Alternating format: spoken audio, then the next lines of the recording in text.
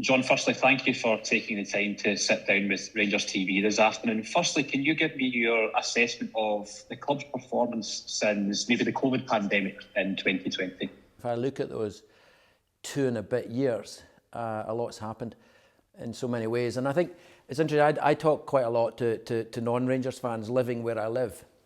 And we talk quite a bit in 2, if you actually just look at the facts of what we have achieved. In 2 and a bit years, what's the club done? It's won the league, won a Scottish Cup for the first time in too many years as well. It gets to a Europa League final,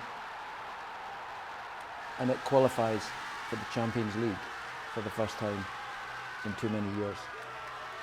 And when I do talk to people here, and also other people within the club and others, and they kind of find that very impressive indeed. And what I would say to you, Nick, is it's very impressive indeed, but you don't rest on your laurels.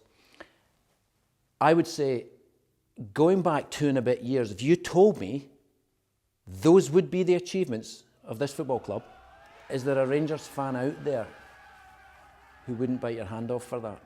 I've said to people, if we just take a pure business perspective, very, very hard in any football club, because football is like no other business.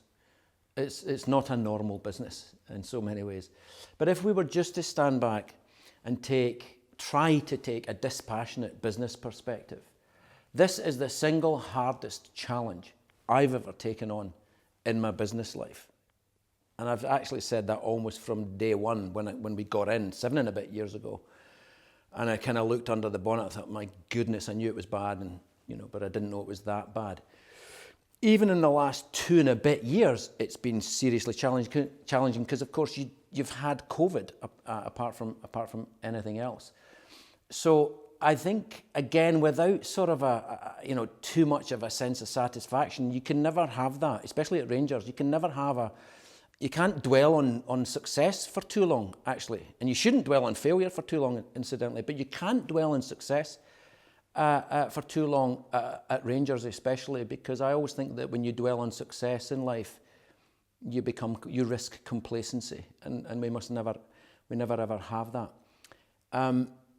But if I do look at the off-field facts, easy to forget, but reality, hard cash, reality, that in the 3 years that will end 2023, you know our fiscal year is June, ends June. So 21, 22, 23, add them up. £23 million spent on capital expenditure, some of it to be spent. Circling back then, we are, of course, a football club. So how would you assess the overall performance of the football department in recent times? If you offer me, I would suggest any Rangers fan, 2 and a bit years that have looked like the last 2 and a bit years, give me it all day long. And I know we're talking here at a time, it is September. It's September 2022. The season is weeks old. We've had, and they're not just my words, from the manager throughout the club, we've had the words unacceptable performances. We had 2 of them.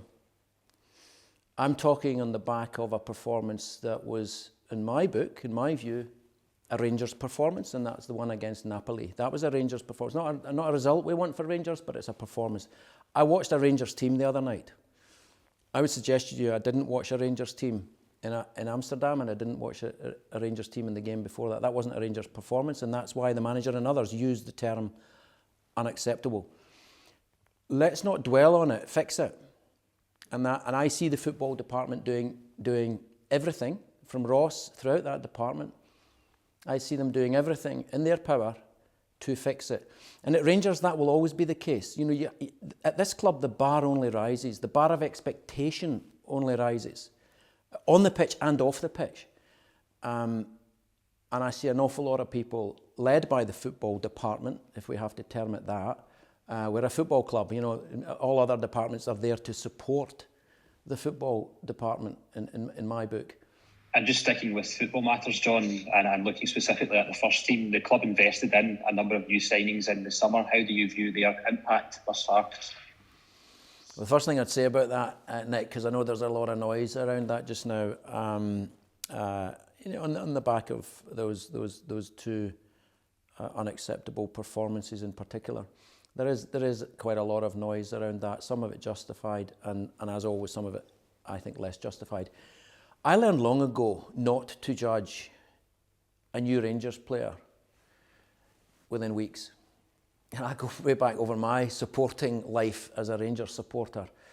I've seen players, probably more players, take time to settle than those who've hit the ground running. I think we can talk about individuals if you want, but I certainly looked at Tom Lawrence. I thought, there's a player who's hit the ground running, and then events. Things happen, injury. But yeah, it's the ground running. Others haven't hit the ground running for various reasons. So I would say to you this, what are we, 6 or so weeks into the season? I won't judge a football player who comes to Rangers within that period of time. I will wait. I've learned to wait a bit longer. We haven't seen enough of them. We haven't seen them enough. I think we will see them. If you take another young player whom we have signed, Yilmaz, yes, we spent significant money on that transfer. We signed him for 5 years, not 5 weeks, not 5 months, 5 years. I won't wait 5 years to judge him, but nor will I do it after 5 weeks. And I would say that if we need a very recent reminder of why we shouldn't judge players early in their Rangers career, I suggest Calvin Bassey. I give you Rangers versus St Mirren in the Cup, and I do remember a noise and maybe not a clamour, but certainly a lot of noise around young Calvin, negative noise, and questioning young Calvin. Look at him now. And by the way, when it comes to Calvin, a finer young gentleman you're unlikely to meet. He, I think, represented this club on the pitch and off the pitch impeccably. I think another very valid point, but it's one that I think is easily missed, especially around transfer windows, is that investment in the playing squad is not exclusive to new signings. But what about the investment in the existing squad? The squad that got us to a Europa League final. And I actually remember, not that long ago, it was only weeks ago, that there was some negative noise about extending some players, not extending, but giving certain players of a certain age new contracts. And it's not as though the board somehow makes that decision in a vacuum. The board is listening to the manager, to Gio, to Ross, and taking recommendations, be they new players, new signings, or existing squad members, to repeat a squad that got you to a Europa League final. And so the recommendation comes, and the board backs it. And I go to the other night, to the Napoli game. Some of those players to whom we gave new contracts, the goalkeeper, Stephen Davis, Scott Arfield, more than played their part in what was a Rangers performance.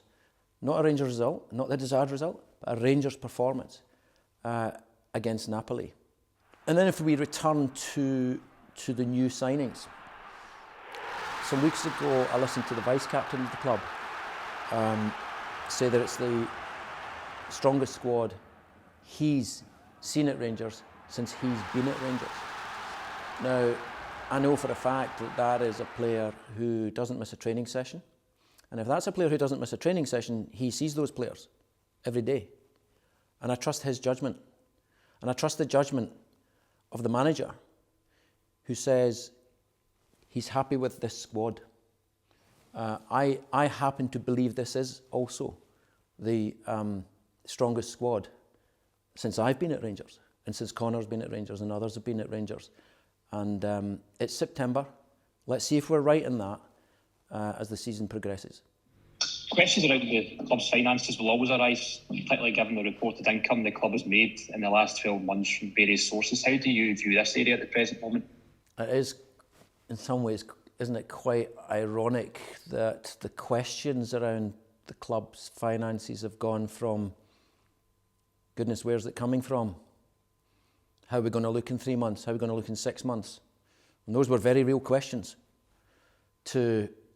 I've seen some stuff recently about 100 million dropping from heaven, 40 million dropping from heaven. Headline numbers. It's never been more true to say, don't believe the headlines.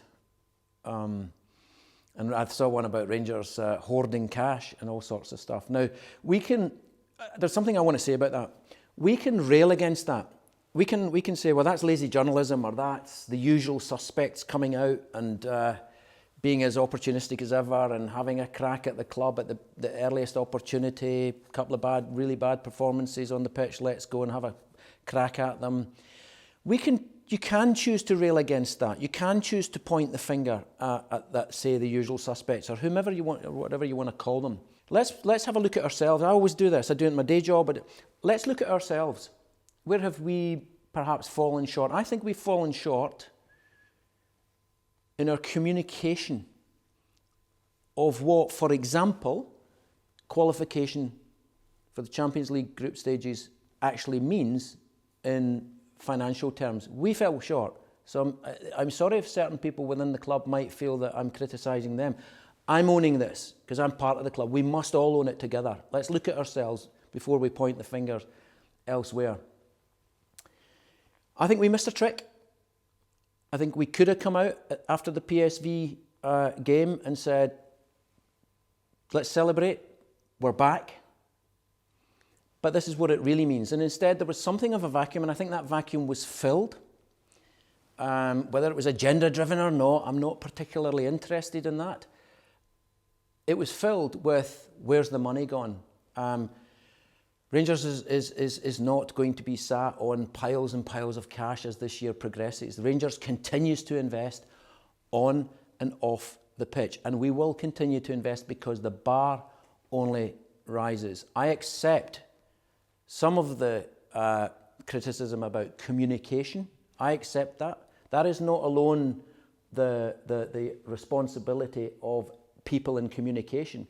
We as a board, I say it again in my day job, own it. Own it. All of us own it. We're side by side. We're aligned. And if you're going to preach that stuff, live that stuff, own it. I think the other thing that strikes me when we get the money falling out of the sky and unplanned for windfalls, I haven't known them at Rangers. I haven't known unplanned windfalls, I'm afraid. I've known unplanned costs, I can tell you. And we would spend this entire interview itemising them. There's so many.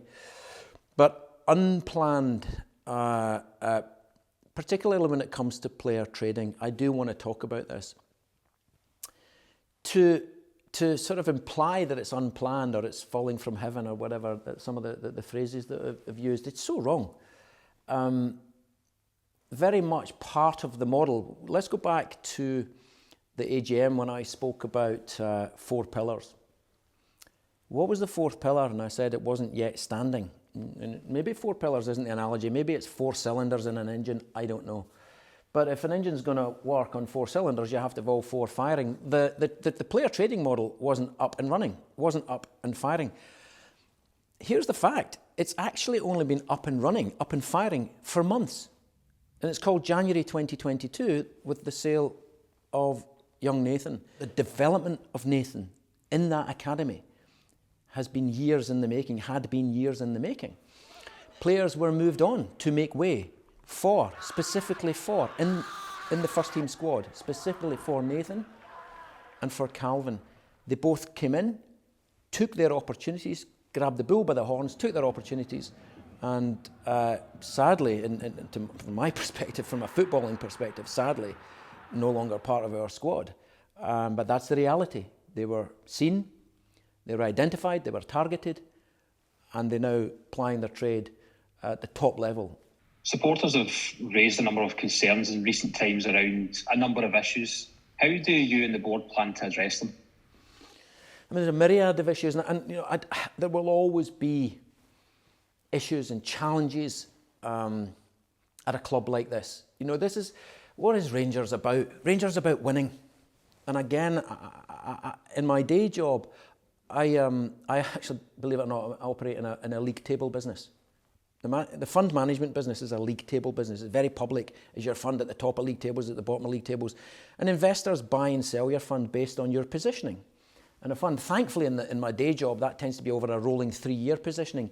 In football, Rangers, there's many an ex-player at Rangers has said, and it's very apt, at this club you're only as good as your last pass.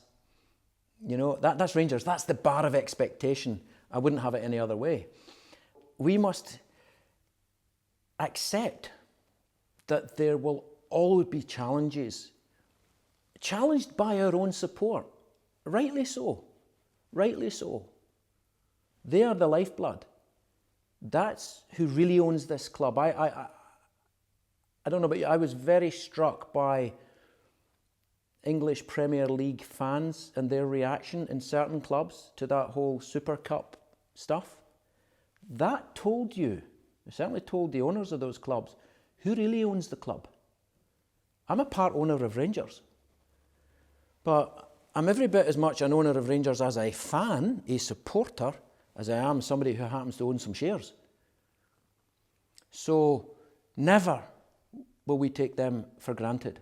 Never. That's why I'm annoyed at some valid criticism, observations that our communication with our fans hasn't been good enough recently. Let's fix that. They own the club. They're the lifeblood. It's not just a phrase. They own the club.